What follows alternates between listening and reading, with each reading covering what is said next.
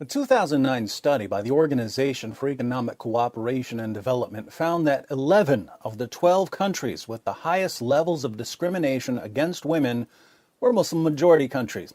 Amazingly, Muslim preachers in the West insist that Islam promotes equality and women's rights. Some even declare that Muhammad was a feminist, perhaps the greatest feminist who ever lived. Why do these preachers spout such shameless nonsense?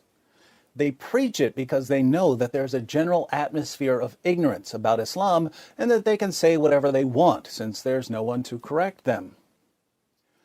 I suggest that the first step on the path to reducing the gender gap in Muslim countries is an informed population of free people who will not fall for false claims about Islam and who can therefore draw attention to the real source of the problem. With this in mind, I present 3 Quran verses every woman should know.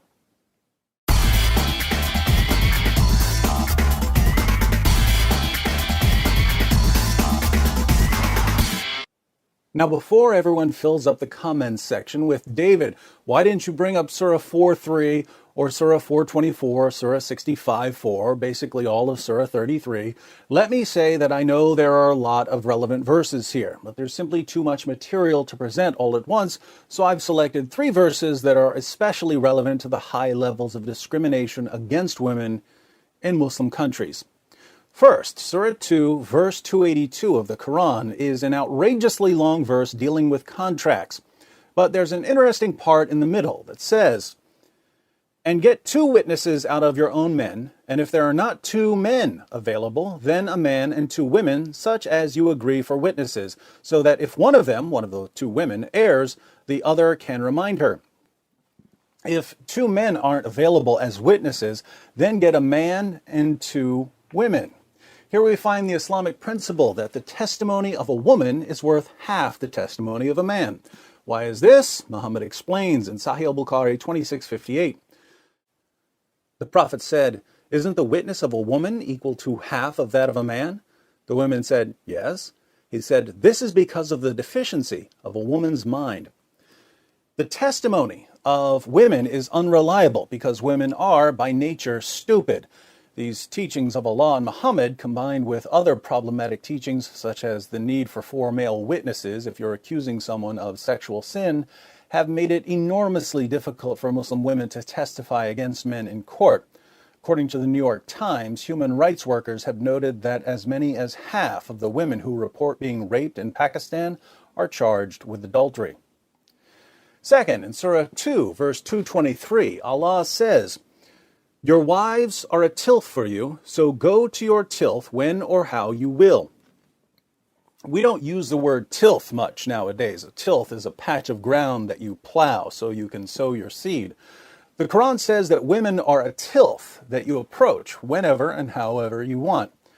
The historical background to this verse, according to Sunan Abu Dawud 2158 and 2159, which you can read by clicking the link in the description box, is that when Muslims moved to Medina, they began marrying women from Medina, and the women of Medina didn't want to have sex in certain positions. One woman told her husband not to come near her if he wanted sex in these positions. Let's read what happened. This tribe of the Quraysh, that was Muhammad's tribe, used to uncover their women intensely and seek pleasure with them from in front and behind and laying them on their backs. When the Muhajirun, the Muslim immigrants, came to Medina, a man married a woman of the Ansar. He began to do the same kind of action with her, but she disliked it and said to him, "We were approached on one side, i.e. lying on our backs. Do it so, otherwise keep away from me." This matter of theirs spread widely, and it reached the Apostle of Allah. So Allah, the Exalted, sent down the Quranic verse, "Your wives are a tilth to you, so come to your tilth however you will," i.e. from in front, from behind, or lying on the back. So a woman says, "I refuse to have sex in these positions." Allah's response to her husband is, "She's your tilth, your field for sowing your seed. Plow her however you want." Muhammad obviously took this verse seriously, since he made it clear that when a man wants sex, a woman has to drop whatever she's doing and satisfy him. In Sunan Ibn Majah 1853, Muhammad declares, "No woman can fulfill her duty towards Allah until she fulfills her duty towards her husband. If he asks her for intimacy, even if she is on her camel saddle, she should not refuse. In Jamia Tirmidhi 1160, Muhammad adds, when a man calls his wife to fulfill his need, then let her come, even if she is at the oven. Third, some women aren't as quick to obey their husbands as Allah and Muhammad demand. So what are Muslim men supposed to do about rebellious wives? Allah answers in Surah 4, verse 34. Men are in charge of women because Allah hath made the one of them to excel the other, and because they spend of their property for the support of women. So good women are obedient, guarding in secret that which Allah hath guarded. As for those from whom you fear rebellion, admonish them and banish them to beds apart and scourge them. Then, if they obey you, seek not a way against them. If your wife doesn't obey you, you warn her, banish her to a separate bed, and beat her until she does what you say. Should we be surprised that, according to a study by Human Rights Watch, more than 85% of Afghan women are victims of physical, sexual, or psychological violence or forced marriage, and that more than 60% are victims of multiple forms of violence? According to Allah and Muhammad, women are stupid. They're the property of men and have to submit themselves fully to their husband's sexual whims. Those who don't are to be beaten into submission. Numerous studies show the real-world impact of these teachings, and yet we're told by politicians, reporters, and Muslim groups that the discrimination against women in Muslim countries has nothing to do with Islam. Unfortunately for Islam's defenders, this discrimination against women was clear during the time of Muhammad. In Sahih al-Bukhari 5825, Muhammad's child bride Aisha sees a woman whose Muslim husband beat her so severely her skin turned green.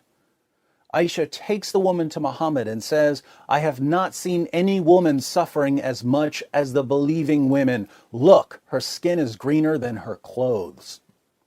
This is Aisha, Muhammad's favorite wife, who's called the mother of the faithful, saying that Muslim women were being treated worse than pagan women.